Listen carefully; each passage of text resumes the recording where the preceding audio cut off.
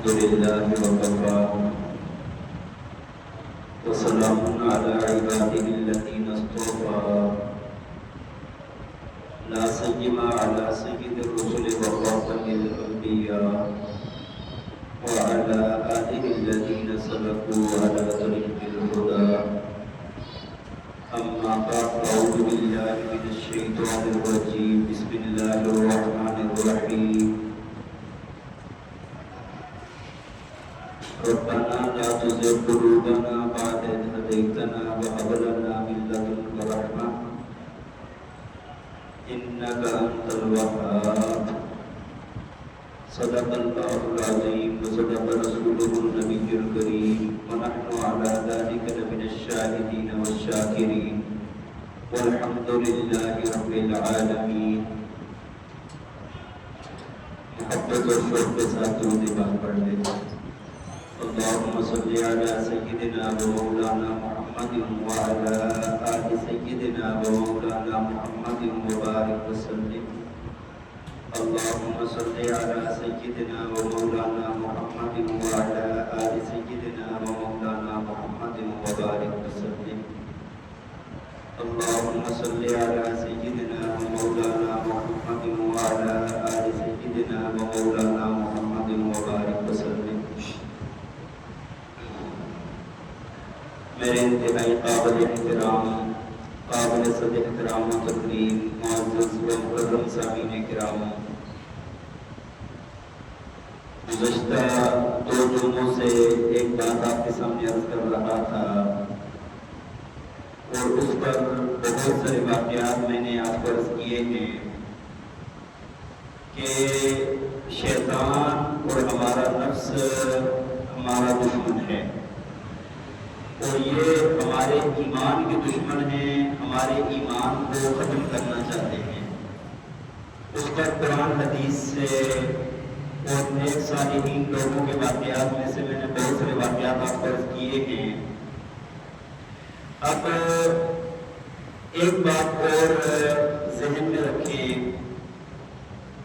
کہ جب بندہ اتنی مشکلات میں ہے، جب ایمان اتنا خطرے میں ہے، شیطان ہر وقت پیچھے پڑا ہوا ہے، نفس دشمن ہے، تو ہم اپنے ایمان کو بچائیں کیسے؟ تاکہ جب ہماری موت ہو تو ہماری موت کلمہ شہادت لا الہ الا اللہ محمد رسول اللہ پڑھتے ہوئے ہو. تو یہ بڑی اہم بات ہے.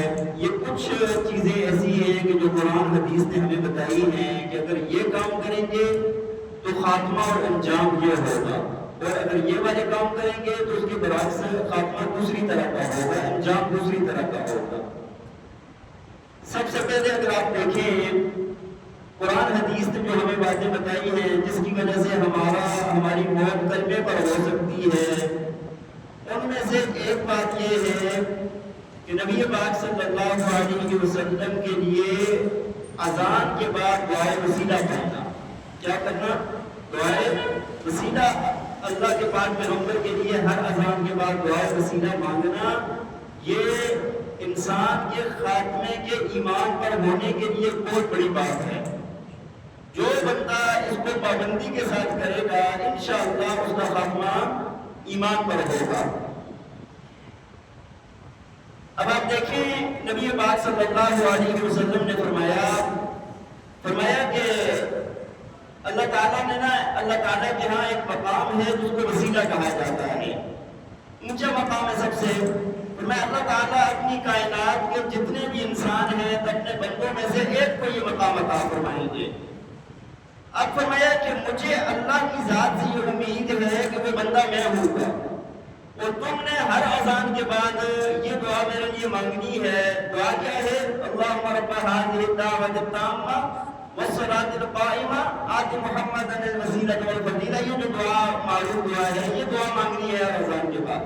طریقہ اس کا یہ ہے کہ اذان کا سنت کے مطابق جواب دینا ہے، جواب دینے کے بعد درود شریف پڑھنا ہے، اور اس کے بعد یہ دعا پڑھنی ہے، اس کے بعد یہ دعا مانگنی ہے.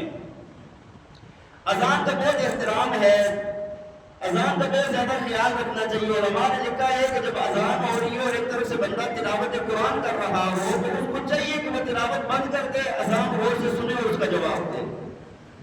کوئی بھی کام بندہ کر رہا ہے تو اس کو چاہیے کہ وہ اس میں وقفہ کرے اور اذان کا جواب دے، اور پھر اس کے بعد اذان کا جواب دینا کیا ہوتا ہے؟ ہر کلمے پر اسی طرح جس طرح کلمہ مؤذن نے کہا ہے اس کے بعد یہ بھی کہے، مؤذن نے اللہ اکبر کہا ہے تو یہ بھی اللہ اکبر کہے، اشہد ان لا الہ الا اللہ کہتے ہیں تو یہ بھی اشہد ان لا الہ الا اللہ کہے، سارے اسی طرح کہتے ہیں۔ لیکن جب وہ حی علی الصلاۃ یا حی علی الفلاح کہے تو اس وقت کیا پڑھنا ہے؟ ولا حول ولا قوۃ الا باللہ، اس وقت اور ساری اذان کا جواب اسی طرح ہے۔ تو نبی علیہ السلام نے فرمایا جو بندہ اذان کا جواب دے اس کے بعد درود پڑھے اور دعائے وسیلہ پڑھے، فرمایا کہ حلت لہ شفاعتی، میری شفاعت اس کے لیے حلال ہو گئی ہے، میری شفاعت اس کے لیے واجب ہو گئی ہے، لازم ہو گئی ہے، ثابت ہو گئی ہے۔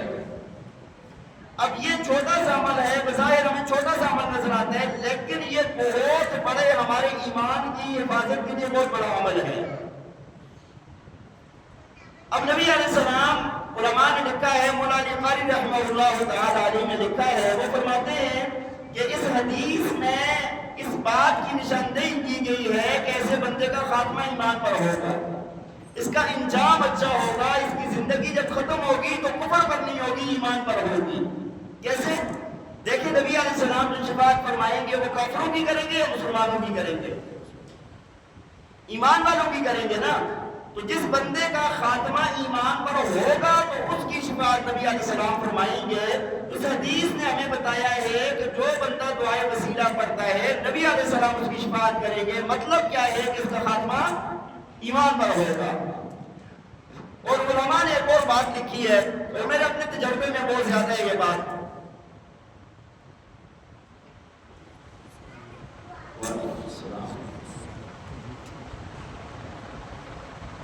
تو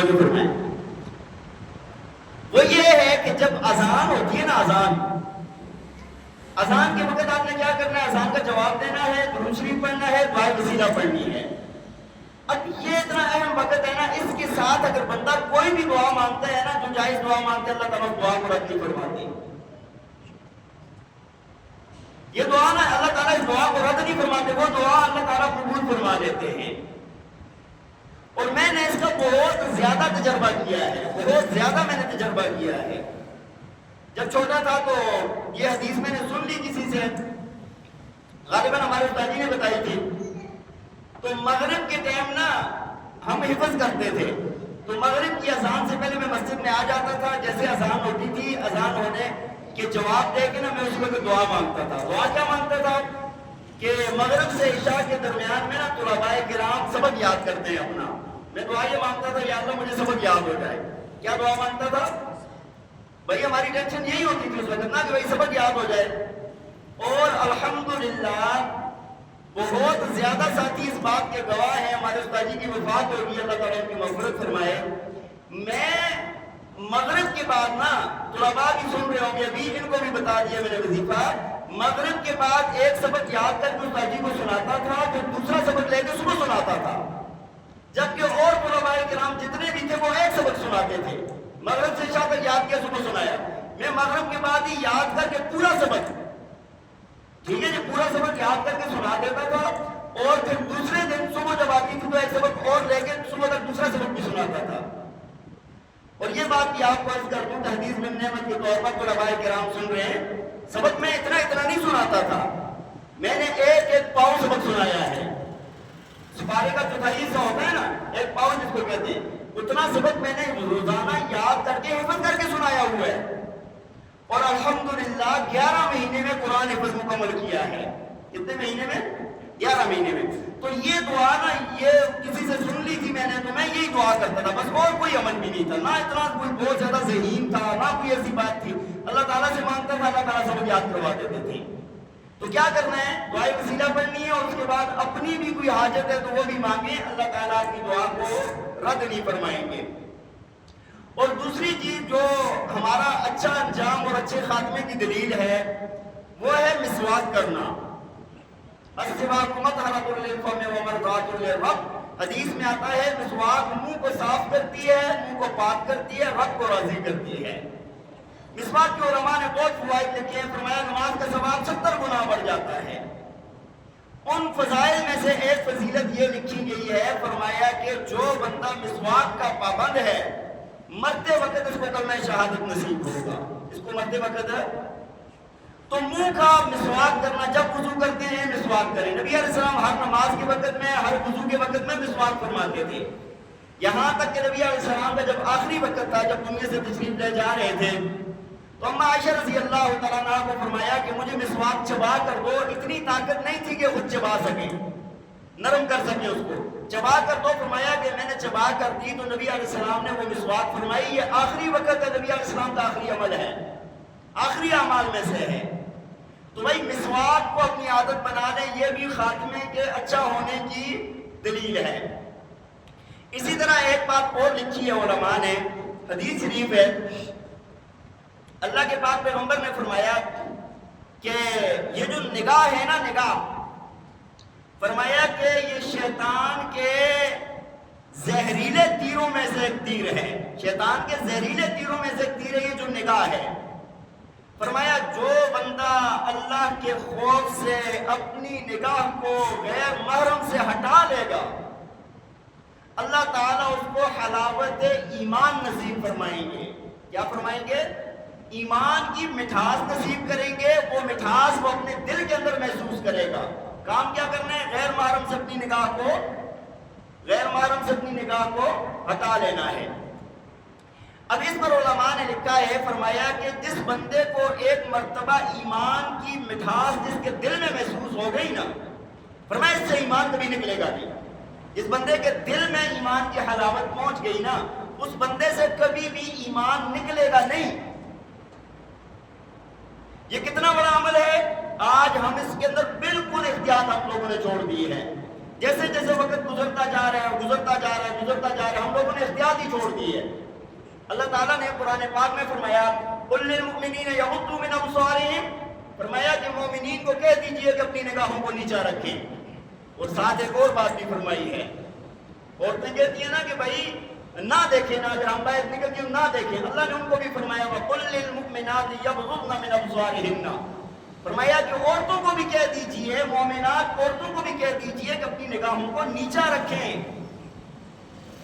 اگر کسی بہن بیٹی نے برقع پہنا ہوا ہے تو اس کا یہ مطلب نہیں ہے کہ برقع پہن کے وہ سب کو دیکھتی رہے، اس کے لیے بھی دیکھنا جائز نہیں ہے، مردوں کے لیے بھی دیکھنا جائز نہیں ہے، عورتوں کے لیے بھی دیکھنا جائز نہیں ہے۔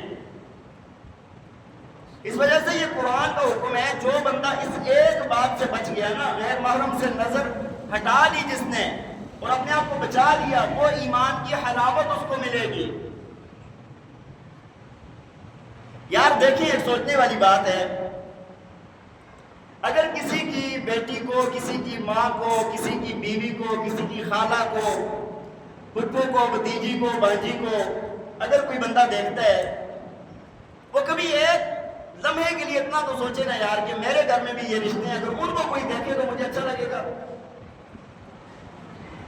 ہاں اگر کوئی بندہ غلط نگاہ سے ان کو دیکھتا ہے، میری بیٹی کو دیکھ رہا ہے، میری بیوی کو دیکھ رہا ہے، میری بہن کو دیکھ رہا ہے، کسی کو بھی، تو مجھے اچھا لگے گا یا مجھے اس کو یہ برداشت ہے؟ تو بھائی یہ دیکھیں کتنا غلط عمل ہے کہ انسان کی طبیعت ہی خراب ہو جاتی ہے جب یہ سوچے نا کہ یار کوئی اور دیکھے گا۔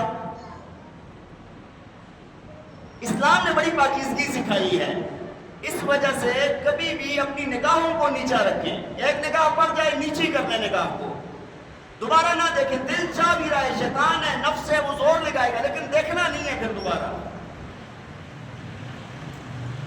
اچھا ایک چیز اور ہوتی ہے، ایک بندہ ہے وہ بزرگ ہو گیا، سفید ریش ہو گیا، اب نہ اس نے بالکل ہی چھوڑ دیا، اب تو وہ آرام سے دیکھ رہے ہیں۔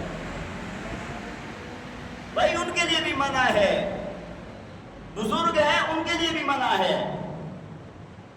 ہاں جو عورتیں بہت بوڑھی ہو جاتی ہیں نا، بہت زیادہ بوڑھی ہو جاتی ہیں، ان کو دیکھ سکتا ہے بندہ، جن کو شہوت آنے کا امکان ہی نہیں ہے، بندے کو مطلب دیکھ کے کوئی بھی اس طرح کا امکان نہیں ہے، تو ضرورت کے تحت یا جتنا بھی ان کے ساتھ بات چیت بھی کر سکتے ہیں، وہ چہرے کو بھی کھلا رکھ سکتی ہیں، ان کے لیے اجازت ہو جاتی ہے۔ لیکن بھائی یہ حکم سب کے لیے ہے، یہ حکم سب کے لیے ہے، اور جو بندہ اس کی پابندی کرے گا اس کو بہت زیادہ فوائد حاصل ہوں گے۔ ایک فائدہ کیا ہوگا؟ مرتے وقت کلمہ نصیب ہو جائے گا۔ اور ایک اور بات حدیث شریف کے اندر آئی ہے، اللہ کے پاک پیغمبر نے فرمایا کہ سورہ حشر کی آخری 3 آیات جو بندہ صبح پڑھے 70,000 فرشتے اس کے لیے مغفرت کی دعا کرتے ہیں صبح سے لے کر شام تک، اور یہ جو شام کو پڑھ لیتا ہے 70,000 فرشتے اس کے لیے مغفرت کی دعا کرتے ہیں صبح تک۔ مشہور آیات ہے نا، هو اللہ الذی لا الہ الا هو عالم الغیب والشہادۃ هو الرحمن الرحیم، یہاں سے لے کر آخر تک یہ جو 3 آیات ہیں نا، ان کو جو بندہ پڑھے گا تو کیا ہوگا؟ فرمایا کہ 70,000 فرشتے صبح پڑھیے شام تک دعا کر رہے ہیں، شام کو پڑھیے تو 70,000 فرشتے صبح تک دعا کر رہے ہیں، اور فرمایا کہ اس دوران اگر اس کو موت آ جاتی ہے تو اللہ کے پاک پیغمبر نے فرمایا اس کی موت شہادت کی موت ہوگی۔ اس کی موت کون سی موت ہوگی؟ کون سی موت ہوگی؟ شہادت کی موت ہوگی، جس بندے نے یہ کلمات، یہ 3 آیات پڑھ لیے ہیں۔ اچھا اب مجھے ایک بات بتائیں، جس بندے نے صبح پڑھے تھے مر گیا، دن کے وقت میں موت اس کی شہادت کی ہوئی، کس نے کہا؟ نبی علیہ السلام نے فرمایا۔ رات کو پڑھی تھی صبح کے درمیان میں مر گیا تو موت کون سی ہوگی؟ شہادت کی۔ بات یہ ہے کہ آپ یہ بتائیں کہ شہید کافر ہوتا ہے یا مسلمان ہوتا ہے؟ کافر کبھی شہید ہوا ہے؟ بھائی شہادت کا مرتبہ مقام تو مسلمان کو ملتا ہے نا، ایمان والے کو ملتا ہے، کافر کو تو یہ مقام مرتبہ نہیں ملتا۔ جتنا مرضی اچھا انسان ہو، اپنی زندگی میں جتنا مرضی کافر ہے، جتنا مرضی اچھا ہے، لیکن شہادت اس کو نہیں مل سکتی۔ اس کے اچھے کام اپنی جگہ پر، لیکن اس کو شہادت کی موت نہیں مل سکتی۔ ایک ایمان والا گنہگار ہے، جیسا کہ سب یہ ہے ایمان والا، وہ شہادت کی موت اس کو مل سکتی ہے۔ اس پر علماء نے لکھا ہے، فرمایا کہ جو بندہ یہ پڑھے گا اور مر گیا اس کی موت شہادت کی ہے حدیث کی روح سے۔ فرمایا کہ اس حدیث میں بھی یہ بتایا گیا ہے کہ اس بندے کا خاتمہ ایمان پر ہوگا۔ اس بندے کا خاتمہ کس پر ہوگا؟ کیونکہ شہید ایمان والا ہوتا ہے، کافر کبھی بھی شہید ہے۔ پڑھنے کا طریقہ بھی حدیث شریف میں بتایا گیا ہے، اس کے پڑھنے کا طریقہ ذرا خاص ہے۔ اعوذ باللہ السمیع العلیم من الشیطان الرجیم، اعوذ باللہ کس طرح پڑھنا ہے؟ اعوذ باللہ السمیع العلیم من الشیطان الرجیم، اور پھر اس کے بعد یہ 3 آیات پڑھنی ہے۔ واللہ الذی لا الہ الا هو عالم الغیب والشہادۃ هو الرحمن الرحیم۔ اب یہ 3 آیات اس کے بعد پڑھنی ہے۔ جو بندہ صبح پڑھے گا شام تک 70,000 فرشتے مغفرت کی دعا کریں گے، شام کو پڑھے گا صبح تک 70,000 فرشتے مغفرت کی دعا کریں گے۔ مر گیا تو موت شہادت کی، مر گیا تو موت شہادت کی۔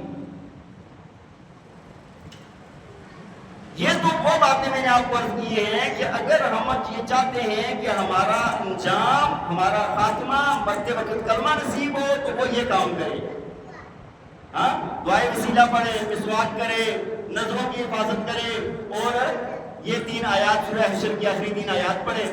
28ویں سپارے کے اندر سورہ حشر ہے۔ لیکن حدیث نے یہ بھی بتایا ہے کہ کن لوگوں کو چاہے وہ اچھی زندگی گزاریں لیکن مرتے وقت نہ کلمہ نصیب نہیں ہوتا۔ بعض لوگ ایسے ہوتے ہیں جن کو مرتے وقت کلمہ نصیب ہے، وہ بھی تو ہمیں پتا ہونا چاہیے نا، تاکہ ہم وہ والے کام چھوڑ دیں۔ ان میں سے ایک کام ہے سب سے زیادہ خاتمہ ایمان کے بغیر ہونے کا، کلمے کے بغیر ہونے کا جو امکان ہے، 2-3 باتیں ہیں جو بہت ہی اہم ہیں، ان میں سے ہر بات ہی بڑی اہم ہے۔ ایک بات ان میں سے یہ ہے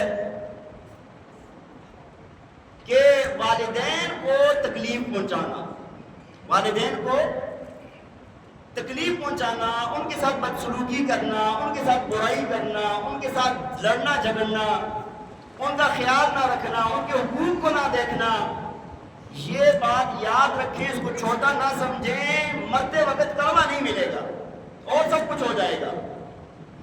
آپ مسجدیں بنا لیں، آپ بڑے بڑے نیکی کے کام کر لیں، والدین کے ساتھ سلوک اچھا نہیں ہے، مرتے وقت اس بات کی امید نہ رکھیں کہ مرتے وقت کلمہ نصیب ہو جائے گا۔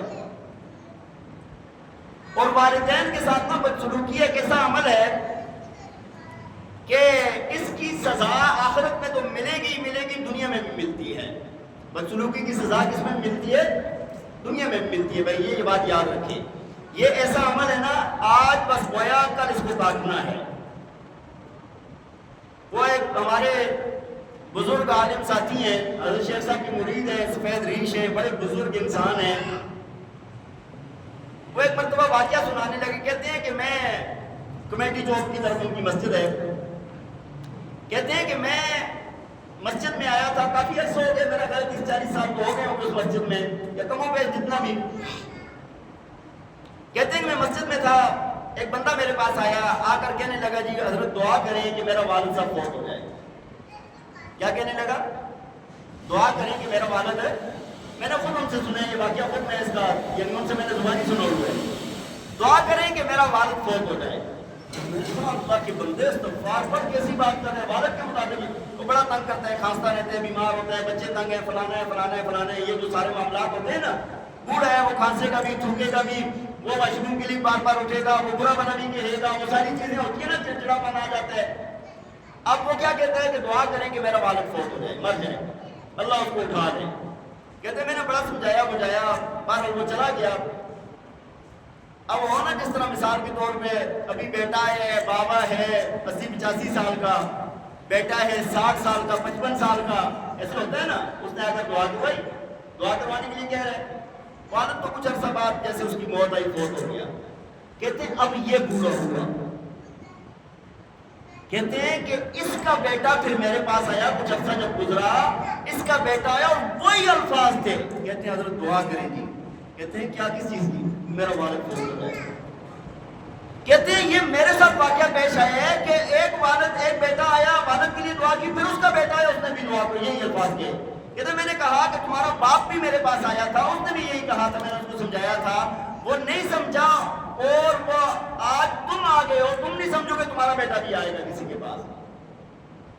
اور یہ بھی دیکھیں نا، ایک بندہ دعا کرانے کے لیے مولوی صاحب کے پیچھے آ رہا ہے تو اس کا مطلب یہ ہے کہ وہ نیک بھی ہے، مطلب اس کو اچھا ہے نا، وہ اعتقاد رکھتے علماء کے ساتھ، تب وہ آیا ہے نا، ورنہ وہ اور کچھ کرتا دعا کرانے کے بجائے. لیکن آپ دیکھیں کہ میں نے آپ کو یہ بات عرض کی کہ والدین کی نافرمانی ایسا عمل ہے کہ اس کی سزا نقد ہے. اس کی سزا کیا ہے؟ ہاں، اس کے لیے لمبا انتظار کی ضرورت نہیں ہے. بروا آباءکم، نبی علیہ السلام نے فرمایا اپنے والدین کے ساتھ نیکی کرو تاکہ تمہاری اولاد تمہارے ساتھ نیکی کرے.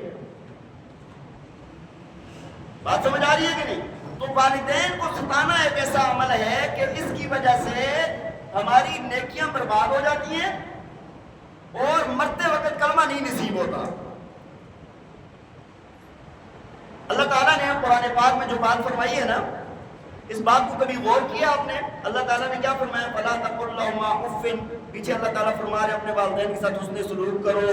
ہاں جی، اللہ تعالیٰ فرما رہے ہیں کہ ان کو جھڑکو نہیں، ہاں، ان کی بے ادبی نہ کرو، ان کے ساتھ حسن سلوک کرو. لیکن آگے کیا فرمایا؟ فَلَا تَقُلْ لَهُمَا أُفٍّ. ہاں، اللہ فرماتے ہیں ان کو اف بھی نہ کہو.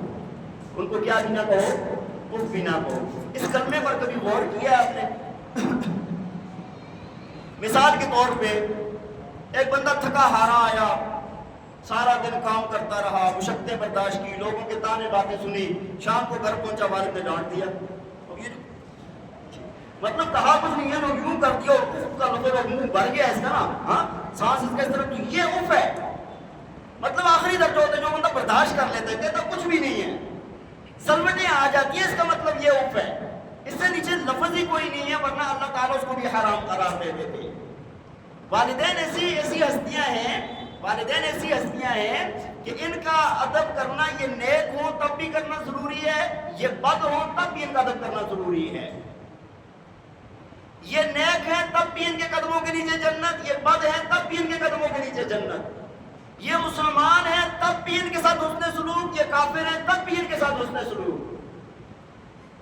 اللہ تعالیٰ نے اس بات کو بہت زیادہ بیان فرمایا ہے. آپ دیکھیں نا، میں نے کئی مرتبہ یہ بات عرض کر دی ہے کہ آپ کو اللہ تعالیٰ نے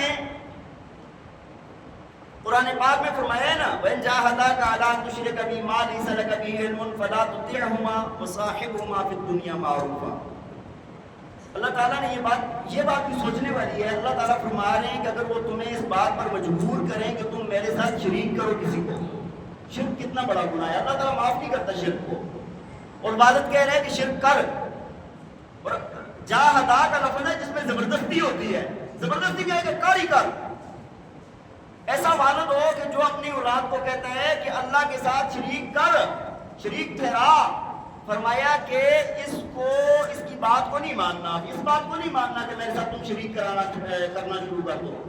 لیکن فرمایا وَقُلْ لَهُمَا فرمایا کہ اس کو پھر تم نے اچھی بات کہنی ہے. ہاں اس کے ساتھ تم نے اس نے سلوک کرنا، اس کی اس بات کو ماننا نہیں ہے، لیکن اس بات پر بھی اس کے ساتھ کچھ نہیں کرنی تم نے. بات سمجھ آ رہی ہے کہ نہیں؟ اس وجہ سے بھائی والدین کا بہت اونچا مقام ہے. والدین کا، جن سے انسان پیدا ہوتا ہے نا، ان کا بہت اونچا مقام ہے.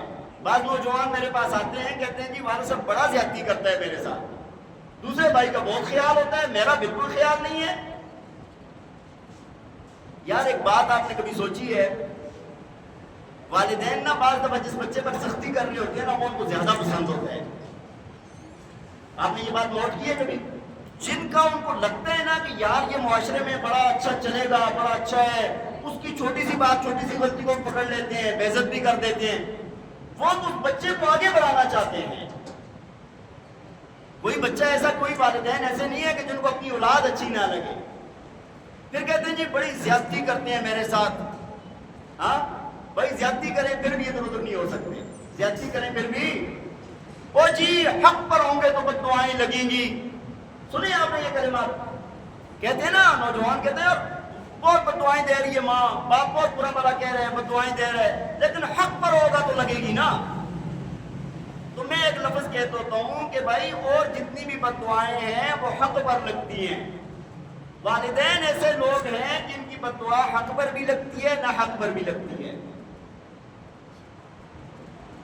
والدین کے لیے حق پر ہونا ضروری نہیں ہے. ہاں نہ حق اگر کسی بچے کے ساتھ زیادتی کریں گے، اللہ تعالیٰ پوچھے گا. اللہ پوچھے گا. اللہ چونکہ اس نے والد کو پیدا کیا، بیٹے کو پیدا کیا، زیادتی کرے گا اللہ پوچھے گا. بیٹا اس کو کچھ بھی نہیں کر سکتا، اٹھ بھی نہیں کر سکتا اس کو.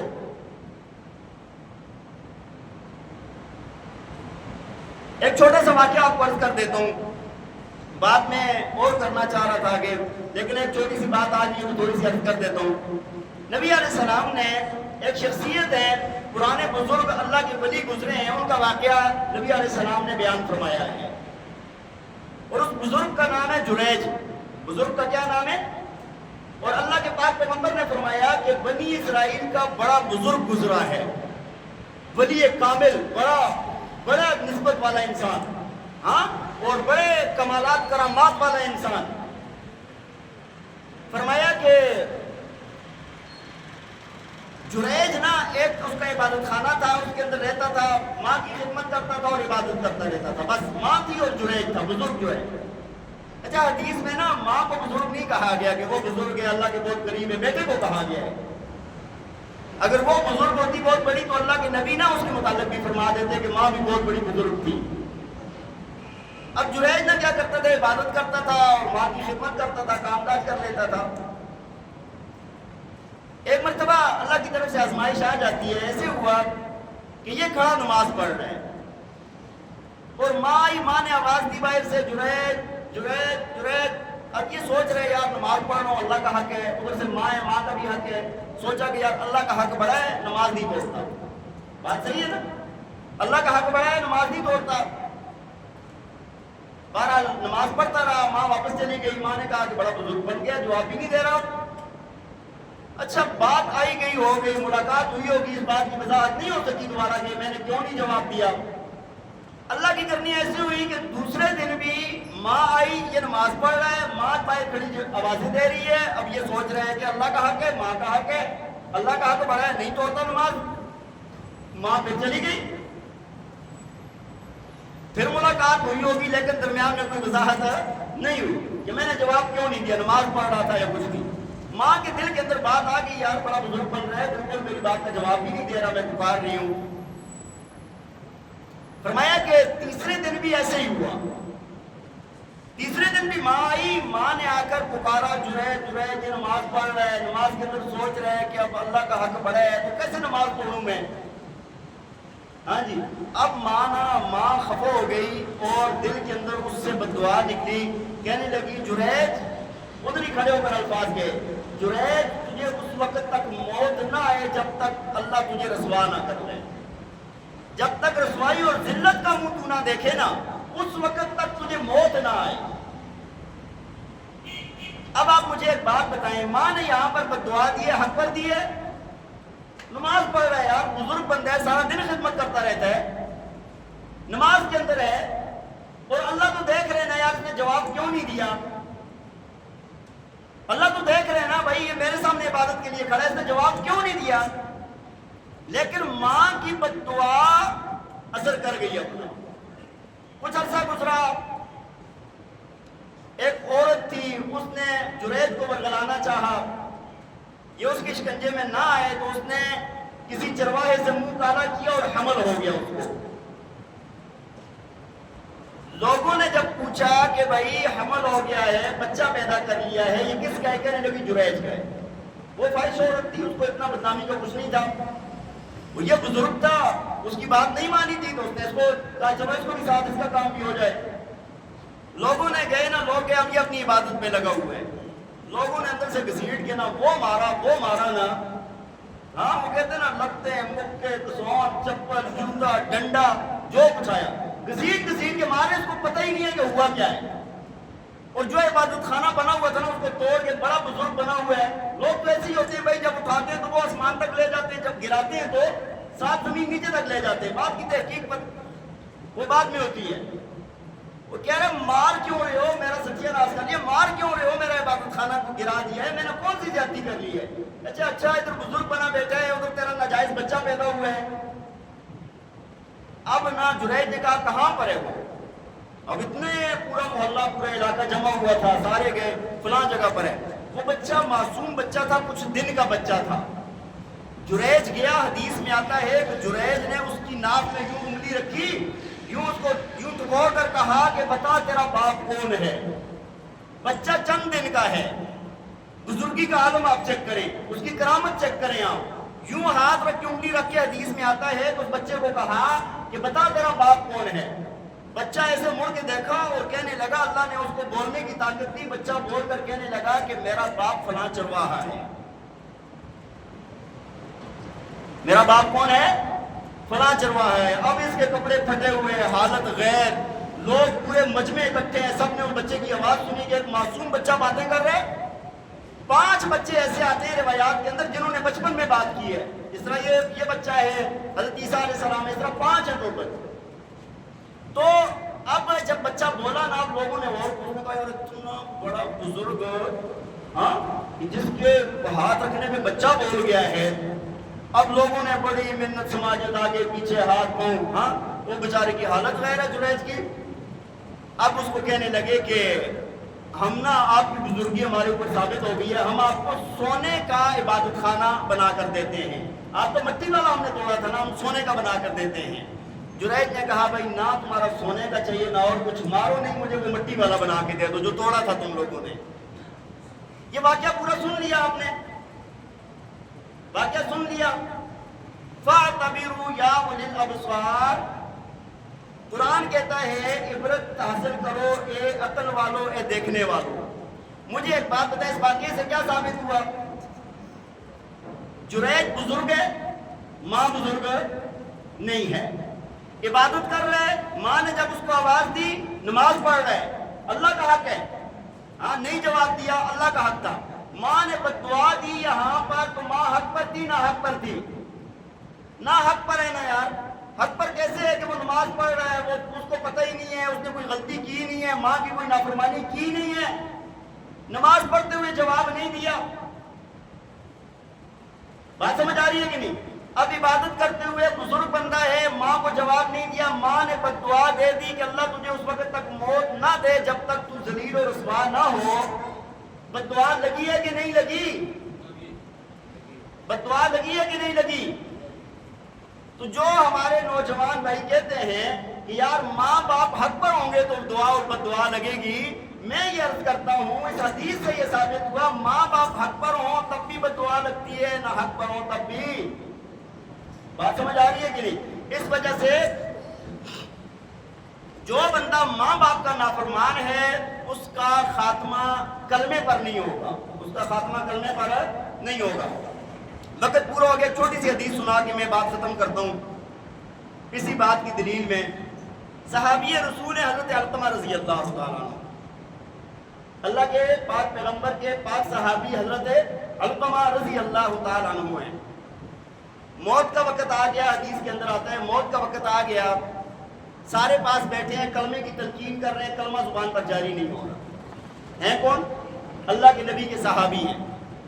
ساری دنیا کے ولی غوث قطب ابدال مل جائیں نا، ایک صحابی کے مقام کے قریب قریب بھی نہیں پہنچ سکتے۔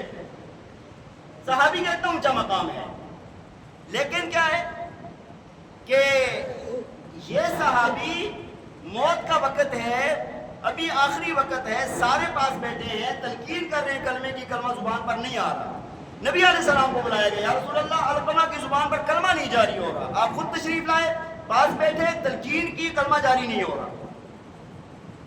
حدیث ہے، پکی حدیث ہے، کلمہ جاری نہیں ہو رہا۔ نبی علیہ السلام نے فرمایا اس کی ماں زندہ ہے؟ ہاں جی زندہ ہے۔ کتنے جی؟ بلائیں۔ بلایا، بوڑھی اماں جی آ گئی۔ کہا، نبی علیہ السلام نے فرمایا کہ اماں علقمہ کیسا بندہ ہے، آپ کا بیٹا علقمہ کیسا بندہ ہے؟ کہا بڑا عبادت گزار ہے، تہجد گزار ہے، نمازی ہے، پرہیزگار ہے، لیکن نہ میرے ساتھ اس کا سلوک اچھا نہیں ہے، میرا دل دکھاتا رہا ہے، میرے ساتھ اس کا سلوک اچھا نہیں ہے، میرا دل دکھاتا رہا ہے۔ انسان ہے نا، ہو جاتا ہے، کمی بھی آ سکتی ہے انسان میں، میرا دل دکھاتا رہا ہے۔ تو نبی علیہ السلام نے فرمایا کہ اماں اس کو معاف کر دو۔ بڑا دل دکھایا، نہیں معاف کرتی میں، بڑا دل دکھایا، نہیں معاف کرتی میں، کلمہ جاری نہیں ہو رہا، موت کا وقت ہے۔ تو نبی علیہ السلام نے ایک نفسیاتی حربہ استعمال کیا، نفسیاتی حربہ۔ صحابہ کو فرمایا کہ چلو بھائی لکڑیاں جمع کرو۔ کہتے ہیں یا رسول اللہ لکڑیاں کیوں جمع کر رہے ہیں؟ آپ جلاؤ، کیوں جلا رہے ہیں؟ اس کو جو ماں باپ کا نافرمان ہوتا ہے، ماں باپ کا دل دکھاتا ہے، اس کو آگ میں جلانا چاہیے، تو آگ میں جلائیں گے اس کو، اس کا حشر یہی ہوتا ہے کہ وہ آگ میں جلتا ہے۔ کہنے لگی میرے بیٹے کو آگ میں جلائیں گے؟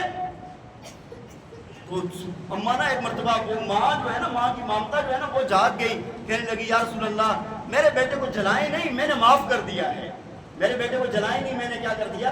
نبی علیہ السلام نے فرمایا دیکھو بھائی علقمہ کی زبان پہ کلمہ جاری ہوا کہ نہیں؟ فرمایا کہ جیسے ماں نے یہ الفاظ نکالے نا میں نے معاف کر دیا، ادھر سے ان کی زبان پر کلمہ شہادت جاری ہوا، کلمہ پڑھا اور ان کی موت ہو گئی۔ بات سمجھ آ گئی؟ کون ہے یہ؟ صحابی رسول۔ کون ہے یہ؟ ولایت، مقامات، بزرگی، درجات، وہ سارے پاؤں کی خاک ہے ان کی۔ ہاں جی، اتنے بڑے نبی علیہ السلام کی صحبت میں آپ کے پاس بیٹھ کے جو انوارات، جو رحمتیں، جو برکتیں نبی علیہ السلام پر نازل ہو رہی ہیں، وہ صحابہ پر نازل ہو رہی ہیں۔ لیکن ایک غلطی کی وجہ سے موت کے وقت میں کلمہ زبان پر جاری نہیں ہو رہا تھا۔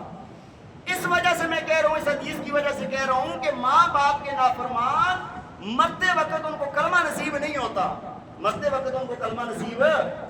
تو بھائی آج سے توبہ کریں، اگر کبھی ہوگی توبہ کریں، معافی مانگیں، اونچا نہ بولیں والدین کے سامنے، چھوٹے بن کے رہیں۔ اللہ نے آپ کو بڑا مقام مرتبہ دیا ہے، آپ بڑے پڑھ لکھ کے ہیں، آپ بڑے افیسر ہیں۔ ماں باپ ان پڑھ ہیں، جاہل ہیں، ان کو سمجھ نہیں ہے، ان سے چھوٹا بن کے رہیں، اپنے آپ کو نیچا کر کے رکھیں ان کے سامنے۔ میں تو کہتا ہوتا ہوں ساتھیوں کو، ایک بندہ بہت اونچے مرتبے پر چلا گیا ہے، بڑا پڑھا لکھا ہے، لیکن ماں باپ بالکل ان پڑھ ہیں، شام کو جا کے ان سے مشورہ کیا کریں اپنے اس کام کے متعلق کہ یہ میں نے کرنا ہے، یہ میں کیسے کروں۔